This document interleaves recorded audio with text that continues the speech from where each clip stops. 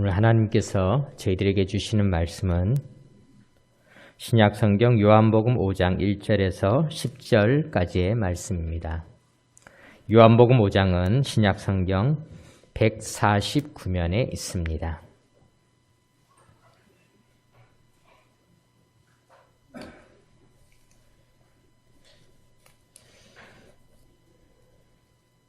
하나님의 말씀을 교독으로 봉독하겠습니다.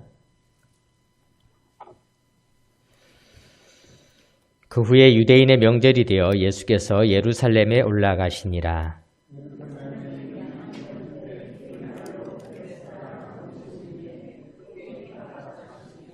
그 안에 많은 병자, 맹인, 다리 저는 사람, 혈기 마른 사람이 누워 물의 움직임을 기다리니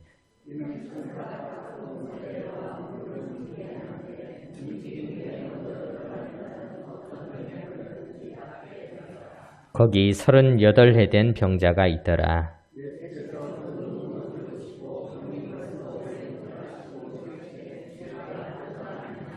병자가 대답하되 주여 물이 움직일 때에 나를 못에 넣어주는 사람이 없어 내가 가는 동안에 다른 사람이 먼저 내려가나이다.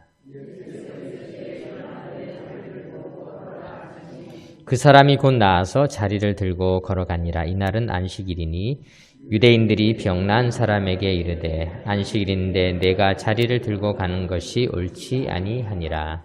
아멘. 이 시간 우리 동문교회 찬양대 하나님께 찬양으로 영광 돌려드리겠습니다.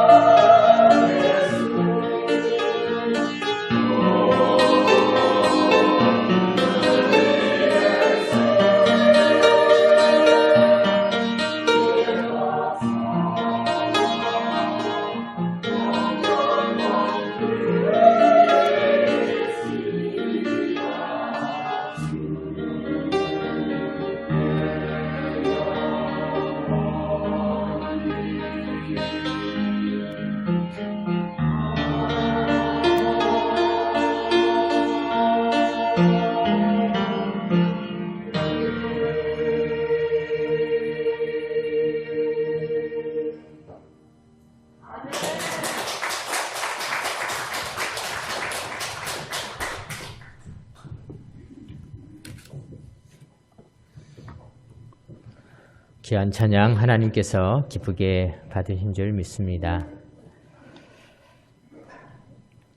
우리가 3월 달, 함께 가는 달, 3월 이렇게 제목을 정해서 이제 3월 달도 어느덧 셋째 주에 이르렀고, 또 우리가 사순절 계속해서 네 번째 주일을 보내고 있습니다.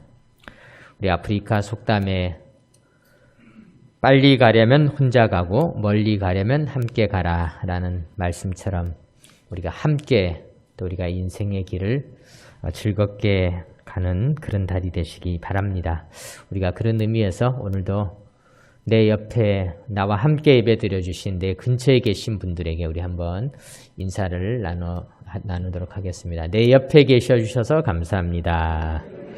내 옆에 계셔 주셔서 감사합니다. 네.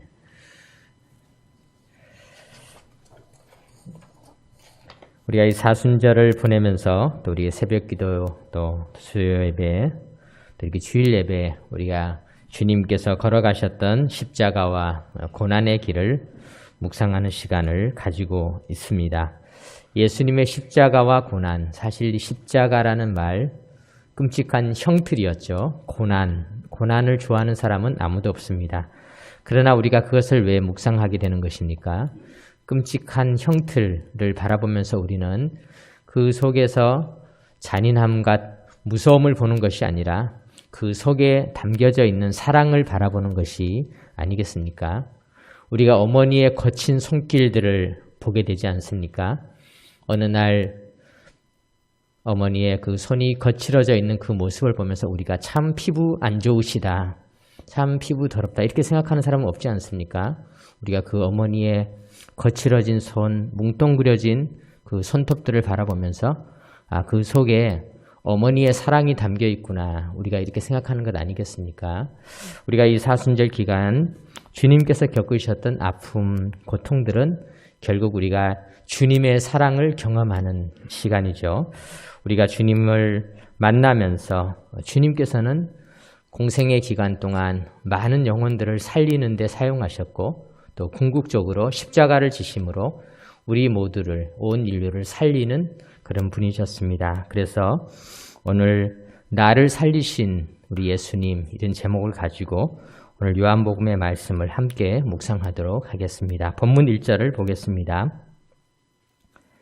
1절에 그 후에 유대인의 명절이 되어 예수께서 예루살렘에 올라가시니라. 배경이 기록되어져 있는데, 명절날 예수님께서 예루살렘, 당시 이스라엘의 최고의 도시, 번화한 도시 예루살렘으로 올라가셨습니다.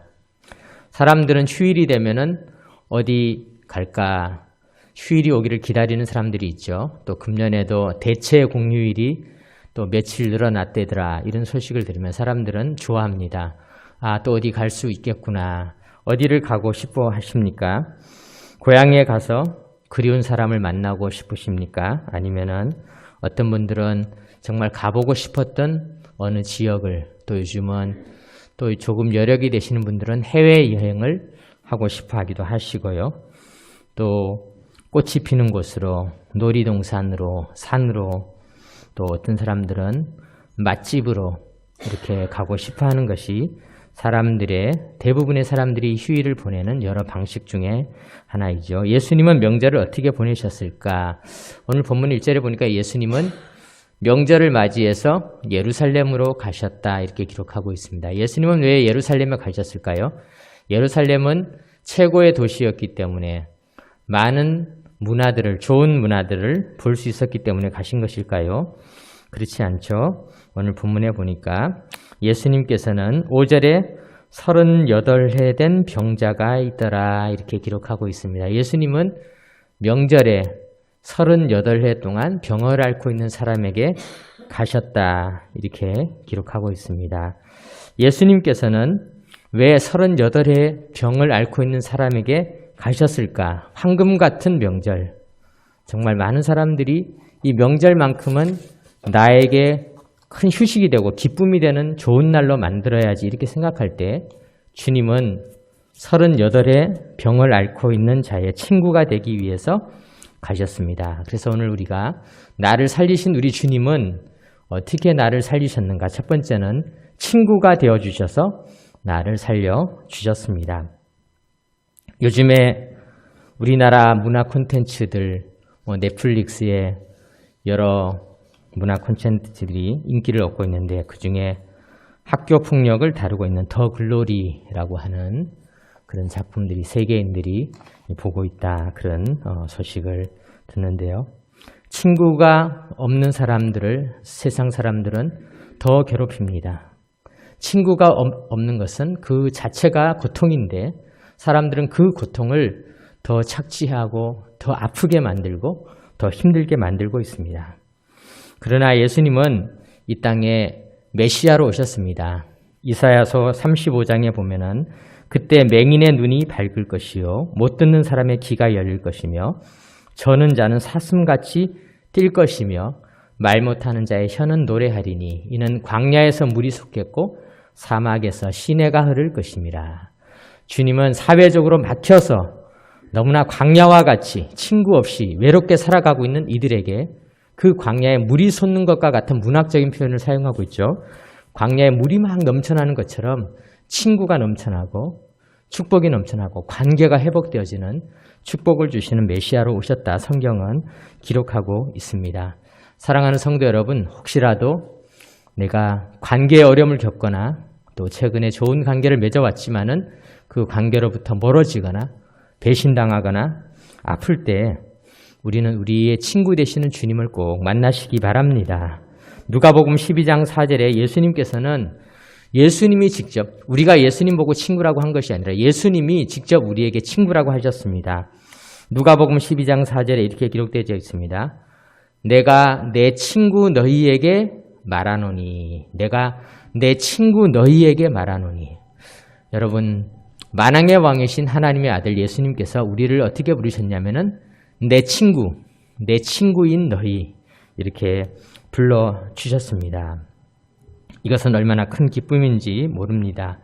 오늘 예수님께서 본문에 기록되어져 있는 이 38의 병을 앓고 있는 사람은 명절날 질병의 고통을 앓고 있을 뿐만 아니라 그 주변에 아픈 친구조차 없는 참 외롭고 어려운 사람이었습니다. 여러분들 몸이 아파도 친구가 생깁니다. 병원에 가보면요. 친구들이 막 생깁니다. 내가 수술을 하고 오면요. 저 옆에 있는 사람이 히히 웃습니다. 둘째 날이죠. 좀 아플 거예요. 이렇게 다 얘기를 합니다. 그러다가 친구가 됩니다. 그래서 어느 날 길가에서 어떤 분들이 막 반갑게 한참 이야기를 하는데 아니 어디서 만나셨어요? 아 세브란스 친구예요. 세브란스 병원에서 입원해서 같이 지내던 친구라고 다 이렇게 서로 이야기를 나눕니다. 그런데 예수님께서 찾아갔던 그곳은 그가 깊은 병이 걸렸음에도 불구하고 친구가 없었습니다. 6절에 보니까 예수께서 그 누운 것을 보시고 병이 벌써 오랜 줄 아시고 이르시되 내가 낫고자 하느냐. 병자가 대답하되 주여 물이 움직일 때에 나를 못에 넣어주는 사람이 없어. 내가 가는 동안에 다른 사람이 먼저 내려가나이다. 사람이 없었습니다. 친구가 없었습니다. 참 외로운 자들이었습니다. 사람들은 이럴 때가 있습니다. 친구를 가지고 싶지만은 친구가 없을 때가 있습니다. 진정한 친구를 만나지 못해서 또는 친구들에게 배신당해서 오랜 동안 여러 가지 고통과 어려움이 있을 때 친구를 잃어버리고 살아갈 때가 많이 있습니다. 저도 제가 대학교 다닐 때 함석헌이라는 분이 쓰신 그 사람을 가졌는가라는 그 시를 읽으면서 참 부러웠습니다.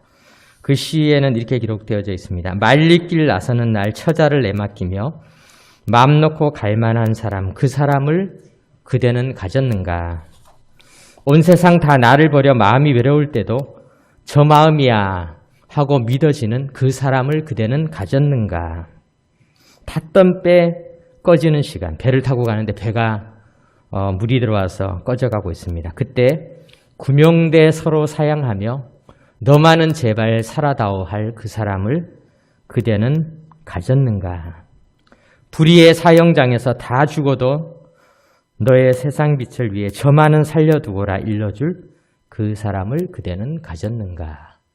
참 제가 대학 다닐 때 이 시를 보면서 이런 친구들이 있으면 정말 좋겠다. 그런 생각을 했었습니다. 근데 여러분, 예수님께서는 이 함석헌 선생님이 쓰신 그 사람을 가졌는가, 그 시와 아주 비슷한 고백을 우리에게 하셨습니다. 요한복음 15장 13절에서 15절에 이렇게 기록하고 있습니다. 사람이 친구를 위하여 자기 목숨을 버리면 이보다 더 큰 사랑이 없나니 너희는 내가 명하는 대로 행하면 곧 나의 친구라. 이제부터는 너희를 종이라 하지 아니하리니 종은 주인이 하는 것을 알지 못함이라. 너희를 친구라 하였노니 내가 내 아버지께 들은 것을 다 너희에게 알게 하였음이라. 예수님은 친구를 위하여 목숨을 버리신다고 말씀하시면서 우리를 친구라고 하시고 결국 우리를 위하여 목숨을 버려 주셨습니다. 그래서 우리가 성경에 나와 있는 이 예수님의 이 사랑, 우리를 친구처럼 여기는 이 사랑을 찬양하고 노래하는 것이 이 주일 예배에 우리가 와서 노래하는 것이 아니겠습니까? 오늘 우리가 88장을 불렀는데 이 88장 찬송가 2절에도 보면은 온 세상 날 버려도 주 예수 안 버려 끝까지 나를 돌아보시니, 예수님이 우리를 그렇게 지켜주신다고 말씀하고 있는 것입니다. 사랑하는 성도 여러분, 우리 주님은 친구이라는 것을 꼭 기억하시기 바랍니다. 우리 주님은 명절을 친구를 위해서 온전히 보내실 수 있는 분이십니다. 아무도 친구가 되어주지 않은 38해 앓고 있는 자에게 가셔서 온전히 친구가 되어주셨습니다. 우리도 우리의 마음 문을 열고 우리의 친구 되신 주님을 만나시고 경험하시고 그 사랑을 느끼시기를 바랍니다. 두 번째로 오늘 예수님께서는요, 살려주시되 친구가 되어 살려주셨을 뿐만 아니라 양의 문이 되어서 살려주셨습니다. 오늘 본문 1절, 2절을 다시 보겠습니다. 1절에 보니까 그 후에 유대인의 명절이 되어 예수께서 예루살렘에 올라가시니라. 그러면서 2절에 예루살렘에 있는 양문 곁에, 양문은 이제 양의 문이라는 뜻이죠. 양문 곁에 히브리 말로 베데스다라 하는 못이 있는데 거기 행각 5이 있고, 이러면서 예수님께서 38해 앓고 있는 그 병자를 만났던 그 지역의 문에 대해서 아주 구체적으로 말씀하고 있습니다. 양문 곁에 계시다. 양문이라는 이 말은요, 예루살렘은 성이었습니다. 성. 예루살렘 성이 있으면 그 성에 문들이 여러 개가 있었는데요. 우리나라도 우리 서울이 한양도성이 있지 않습니까? 한양도성에 가면은 이 인이예지신을 따서 그 첫 글자를 가지고 동서남북을 해서 흥인지문이라고 하는 동대문이 있잖아요. 그리고 또 돈의문이라고 하는 서대문, 지금은 있지 않지만은 또 숭례문이라고 하는 남대문, 또 숙정문으로 불리는 이 북문이 있을 뿐만 아니라 그 사이사이에 또 문들이 있었습니다. 그래서 지금 우리나라 이 한양도성이 전 세계적으로 그 성곽이 제일 많이 남아 오랜 기간 동안 유지되어져 있어서 유네스코에 등재하기 위해서 심사를 받고 있는 가운데 있습니다. 우리가 이것을 위해서도 꼭 기도해야 됩니다. 왜냐하면요, 유네스코에 만약에 우리 한양도성이 등재가 되게 되면은 만약에 전 세계적인 기근이나 전쟁이나 어려움이 닥치게 되면은 이 유네스코에 등재된 문화유산에는 하얀 깃발을 꽂게 됩니다. 그러면은 그 누구도 거기를 폭격을 하거나 공격을 하지 못하게 돼요. 이렇게 되면은 우리는 자연스럽게 안보적으로도 굉장히 큰 유익을 누리게 되는 것이죠. 우리가 이 한양도성에도 문이 있는 것과 마찬가지로 예루살렘에도 문이 있었습니다. 예루살렘에는 당시에 황금문이라고 불리는 그런 문도 있었고요. 또 북쪽에는 헤롯 대왕이 자기 자신의 이름을 딴 헤롯문이라고 하는 그런 문도 있었습니다. 또 욥바문이라고 해서 이런 문도 있었고요. 또 남쪽에는 쓰레기나 더러운 것을 버리는 분문, 이렇게 분문이라고 하는 그런 문도 있었습니다. 그런데 그 중에서 양문은 제물을 바치는 양들이 드나들게 되는 그런 문이었습니다. 예수님께서는 특별히 이 양문으로 가셨습니다. 요한복음 10장 7절에 보니까 예수님은 이렇게 자기 자신을 표현하고 있습니다. 그러므로 예수께서 다시 이르시되 내가 진실로 진실로 너희에게 말하노니 나는 양의 문이라. 예수님은 자기 자신을 양의 문으로 말씀하셨어요. 양들이 다니는 문이죠. 왜냐하면 예수님은 요한복음 10장 7절에 나는 양의 문이라고 표현하신 다음에 그 아래쪽에 내려가시면은 11절에 나는 선한 목자다 이렇게 표현을 하고 계신 것이죠. 이것은 어떤 의미가 있겠습니까? 양들은 양의 문으로 들어가야 됩니다. 양의 문으로. 그래야 안전함을 누리게 되는 것이죠. 그 문으로 들어간 자는 안전하게 되는 것입니다. 저는 수능을 못 봤습니다.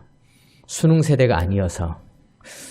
그리고 예비고사도 못 봤습니다. 예비고사 세대가 아니어서. 저는 학력고사라는 것을 봤는데요. 저희 때 그 신문에 그런 일이 있었습니다. 시험 시간이 되면은 꼭 무슨 일이 생겨서 제때 시험을 못 보는 사람이 있지 않습니까? 근데 그 중에 한 학생이 학교 현관문을 깨트리고 안으로 들어와서 간신히 시험을 봤다. 그래서 신문에 난 적이 있었습니다. 문으로 들어오면은 일단 들어오면은 시험을 볼 수 있지만은 들어오지 못하는 자는 시험을 보지 못했습니다. 양의 문도 마찬가지입니다. 우리가 예수님을 통해서 안으로 들어가게 되면은 구원을 받게 되지만은 들어가지 못하면은 구원에서 벗어나게 되어 구원을 받지 못하는 백성이 되는 것입니다. 사랑하는 성도 여러분, 예수님은 이 땅에 바로 그 이유로 오셨습니다. 예수님이 오심으로 말미암아서 양과 같은 우리들은 각기 제 길로 그릇 행하여 각기 제 길로 가지만은 예수님을 통해서 구원을 누릴 수가 있게 되는 것입니다. 사랑하는 성도 여러분, 우리 주님이 우리를 구원해 주시기 위해서 양의 문이 되셨다라는 사실을 꼭 기억하시고 다른 문으로 가지 마시고 예수님을 믿어서 구원을 받는 귀한 삶이 되시기 바랍니다. 세 번째로 예수님은 희생양이 되셔서 우리를 살려주셨습니다. 오늘 본문 8절에 보니까 예수님께서 이렇게 말씀하십니다. 예수께서 이르시되 일어나 내 자리를 들고 걸어가라 하시니 그 사람이 곧 나아서 자리를 들고 걸어가니라. 기적이 일어났죠. 예수님께서는 38회나 병이 걸린 사람을 말씀을 통해서 고쳐주셨습니다. 왜냐하면은 그도 하나님의 어린 양이기 때문에 양의 문이신 예수님께서 고쳐주신 것이죠. 우리 주님은 모든 양들을 다 돌보시는 진정한 목자이시죠. 선한 목자이시기 때문에 가능한 일이었습니다.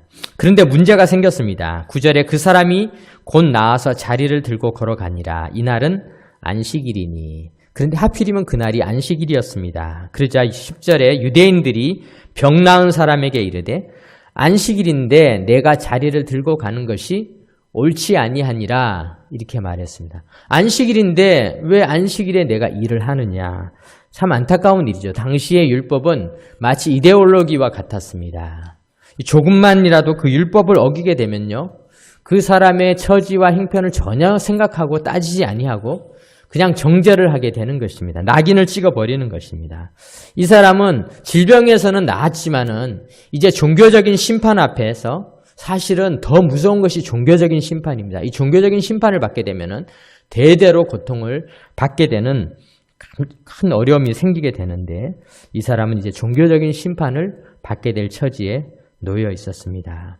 그래서 그는 당황해서 11절에 이렇게 말합니다.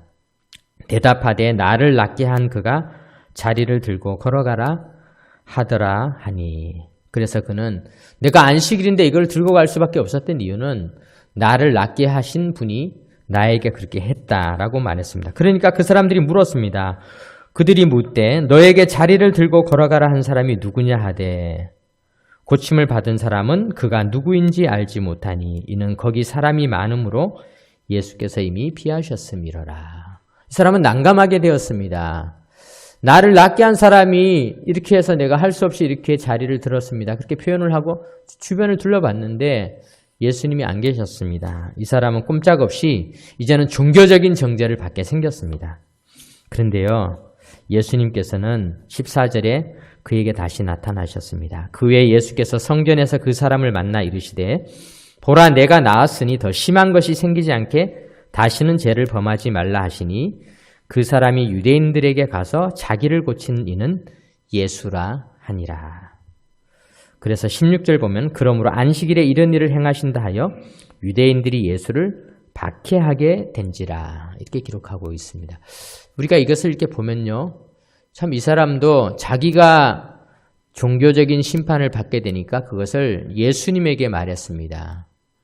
어떻게 보면은 예수님의 큰 은혜를 받은 사람이잖아요. 자기가 38해나 앓고 있던 그 질병을 낫게 해주셨으니까 예수님을 보호해 주어야 함에도 불구하고 그는 자기가 당하게 되는 그 아픔을 다시 예수님에게로 보냄으로 말미암아서 종교 지도자들은 16절에 이제는 예수님을 박해하게 된지라 예수님에게로 떠넘겨지게 되었다 이렇게 말하고 있습니다. 그런데 우리가 여기에 성경이 우리에게 주시는 놀라운 우리를 살리신 주님의 사랑의 방법이 있는 것입니다. 역사적으로 이와 같은 어려움을 당한 것을 희생양이라고 하죠. 희생양. 예수님께서는 희생양이 되셨습니다. 로마 시대에 로마에 큰 불이 났습니다. 그러자 로마의 황제 네로는 이 불을 일으킨 자들이 기독교인이다 이렇게 죄를 뒤집어서서 기독교인들을 희생양으로 삼았습니다. 기독교인들은 엄청난 박해를 당하였습니다. 우리 민족도 이런 어려움을 당한 적이 있습니다. 1923년에 일본에서 관동 대지진이라고 하는 큰 지진이 일어났습니다. 40만 명 정도가 목숨을 잃었습니다. 그때 이 사람들의 민심이 흉흉해지자 이때 조선 사람들이 우물의 독을 풀고 또 조선 사람들이 방화를 하고 약탈을 해갔다라는 유언비어를 만들어서 6천 명 정도 우리나라 사람들이 억울하게 그곳에 자경단에 의해서 학살을 당하였습니다. 역사적으로 보면은 이와 같은 희생양이 된 사례들이 종종 등장을 하고 있는 것을 보게 됩니다. 그리스에도 고대 그리스에도 이와 같은 희생양들이 있었습니다. 기근이나 흉년이 오래 들게 되면요. 그 폴리스라고 하는 마을에서는 이 재앙이 도대체 왜 생겼는가를 따져서 몇몇 사람을 그 마을 밖으로 폴리스 밖으로 끌어내어서 들판에서 돌로 그를 쳐 죽였던 일이 있습니다. 이 사람을 파르마코스라고 불렀습니다. 파르마코스, 희생양이라 그런 뜻이죠. 그 사람들은 억울하게 죽었지만은 그 사람의 죽음으로 말미암아서 마을은 잠시 동안 평화를 찾게 되어지는 것입니다. 그런데 예수님은 이런 희생양이 되셨다는 겁니다. 예수님께서는 우리를 대신해서 희생양이 되어주셨습니다. 이사야 53장 4절에 보니까 그는 실로 우리의 질고를 지고 우리의 슬픔을 당하였거늘 우리는 생각하기를 그는 징벌을 받아 하나님께 맞으며 고난을 당한다 하였노라. 예수님께서 우리 대신에 이런 고난을 당하셨습니다. 예수님께서 십자가에 달리셨을 때 주님께서는 깊은 고난을 당하셨습니다. 우리가 요즘에 병원에 가면은 병원에 가서 진료를 받기 전에 뭐 쓰려는 게 참 많습니다. 이 차트를 가지고 와서 씁니다. 어머니 고혈압 앓으셨는지, 당뇨 앓으셨는지, 심장병 있으셨는지, 폐질환 있으셨는지, 가족력이 뭐가 있으신지 이런 것들을 다 물어보고 조사를 하게 됩니다. 저도 이런 것을 쓸 때마다 참 이렇게 마음이 무겁습니다. 이런 질병들을 알았다는 것이 그것이 부모님의 문제로 끝나는 것이 아니라 이제는 그 다음 세대에게 이어진다면은 나중에 내가 아프면은 내 자녀들이 병원에 와서 우리 아버지 어디 아프셨나 이런 것을 쓰게 되지 않을까 이런 생각을 하게 되니까 마음이 좀 무거웠습니다. 그래서 사람들은 이와 같이 가정에 있는 아픔과 어려움들이 대물림되는 것들에 대해서 끔찍하게 생각합니다. 그런데요, 갈라디아서 3장 13절에 보면은 이렇게 기록하고 있습니다.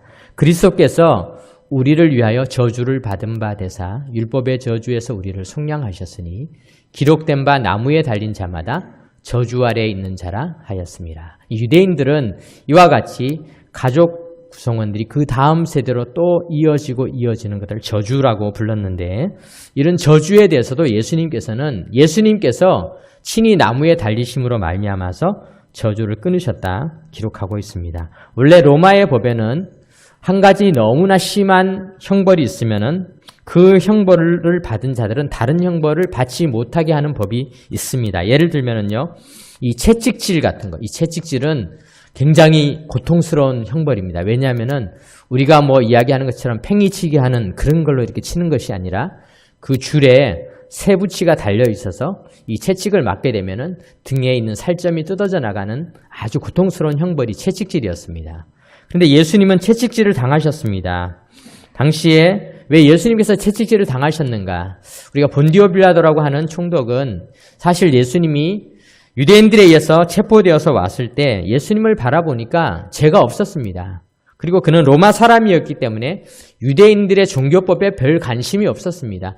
유대인들의 종교법에 따라서 예수님이 체포되어서 오셨기 때문에 웬만하면은 본디오 빌라도는 그냥 예수님을 풀어주고 평화롭게 끝내기를 바랐습니다.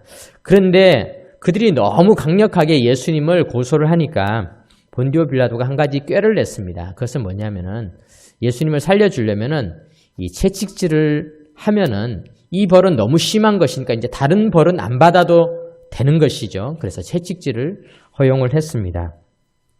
그런데요, 예수님은 참 억울했던 게 로마의 법에 따르면 채찍질을 당한 사람은 사형을 당하지 않게 되어 있음에도 불구하고 그것에 온 무리들이 엄청난 압력을 가했습니다. 그래서 결국 예수님은 십자가에 달려 돌아가시게 되었던 것입니다. 이것은 당시의 법으로도 충분히 억울한 일이었습니다. 그런데 이 억울함을 예수님께서는 성경을 이루신 우리를 사랑하신 주님의 사랑의 방법이라는 것을 성경은 우리에게 가르쳐주고 있는 것입니다. 왜냐하면 예수님께서는 채찍에 맞으셨습니다. 이사야 53장에 보면은 그가 찔림은 우리의 허물 때문이요 그가 상함은 우리의 죄악 때문이라. 그가 징계를 받음으로 우리는 평화를 누리고 그가 채찍에 맞음으로 우리가 나음을 입었도다. 주님이 채찍에 맞은 것이 우리의 질병을 치유하기 위함이었다 말씀하고 있습니다. 그러면서 갈라디아서 3장 우리가 조금 아까 읽었던 것처럼 그리스도께서 우리를 위하여 저주를 받은 바 되사 율법의 저주에서 우리를 속량하셨으니 기록된 바 나무에 달린 자마다 저주 아래에 있는 자라 하였습니다. 성경에 나와 있는 예수님께서 채찍질도 당하시고 또 십자가형, 나무에 달리는 십자가형도 받으셔야 되는 이유가 여기에 설명되어져 있는 것입니다. 예수님은 우리의 질병, 우리의 죄, 그리고 우리의 저주까지를 다 지고 가시기 위해서. 그래서 갈라디아서 3장 14절에 보니까 이는 그리스도 예수 안에서 아브라함의 복이 이방인에게 미치게 하고 또 우리로 하여금 믿음으로 말미암아 성령의 약속을 받게 하려 함이라. 이렇게 기록하고 있는 것입니다. 사랑하는 성도 여러분, 주님은 38년 된 병자의 친구가 되어주셔서 그를 살려주셨습니다. 그리고 양의 문이 되어서 우리를 다 구원해 주셨습니다. 그리고 뿐만 아니라 예수님께서는 채찍에 맞고 또 저주를 담당하시는 십자가를 지심으로 말미암아서 우리가 짊어져야 할 질병과 죄와 저주까지 다 지고 가셨습니다. 그러므로 예수님은 진정한 희생양이 되셨습니다. 아까 그 헬라어 그리스어에서 희생양이라고 하는 이 파르마코스라고 하는 말은 이제 오늘날에도 이 말이 좀 남아 있는데요. 이 약국에 보면 이 옆에 이렇게 파르마시라고 써 있는데 그것이 같은 어원입니다. 이 약이라는 그런 뜻을 가지고 있습니다. 여러분들 이것은 참 신비한 것 같아요. 왜냐하면 우리가 이 약이라고 하는 것은요. 그 약을 어떤 사람에게는 약은 두 가지가 다 있다 그러죠. 약을 잘 먹으면 약이 되고 그 약을 잘못 사용하면 독이 된다라고 했는데요. 예수님께서도 성경에 보면은 그와 같은 건축가들의 버린 돌과 같이 되었는데 그 돌이 구원의 돌이 되기도 하고 거치는 돌이 되기도 한다라고 성경은 기록하고 있습니다. 사랑하는 성도 여러분, 우리의 희생양이 되신 우리를 살리시기 위해서 죽으신 예수님을 우리가 이 사순절 기간에 그 사랑을 깨닫게 되면은 그것은 우리에게 약이 되어집니다. 우리의 육신을 치유하는 약이 되어지고 우리 영혼이 구원받는 약이 되어지고 우리의 저주를 끊어주는 약이 되어지는 것입니다. 그런데 그것을 잘못 받아들이게 된 바리새인들과 사두개인들은 그들에게는 독이 되었습니다. 이 사순절 기간 우리는 어머니의 손톱에 끼인 때를 더럽다 하지 않고 어머니의 그 주름 잡힌 얼굴을 바라보면서 피부 관리 못하셨다고 이야기하는 것이 아니라 그 사랑을 우리가 깨닫는 것이 아니겠습니까? 우리 십자가에 달리신 우리 주님의 그 고통들을 바라보면서 우리도 주님의 그 사랑을, 그것이 우리를 살리는 약이었다, 진정한 파르마시였다라는 마음으로 받아들이시기 바랍니다. 그리하여 우리도 살아나고 우리도 구원받는 축복의 삶이 되시기를 주님의 이름으로 축원합니다. 아멘. 기도드리겠습니다. 하나님 아버지 감사드립니다. 나를 살리신 우리 주님, 38해나 친구 없이 자란 질병 속에 고통당하는 자의 진정한 친구가 되어주시고 우리를 대신하여 희생양이 되어주시고 양의 문이 되어주신 우리 주님의 사랑을 우리가 이 사순절 기간에 다시 한번 깊이 경험하며 그 사랑을 우리들이 다시 한번 깨닫고 감사하며 보내는 기간이 되게 하여 주옵소서. 우리 주 예수 그리스도의 이름으로 기도드립니다. 아멘.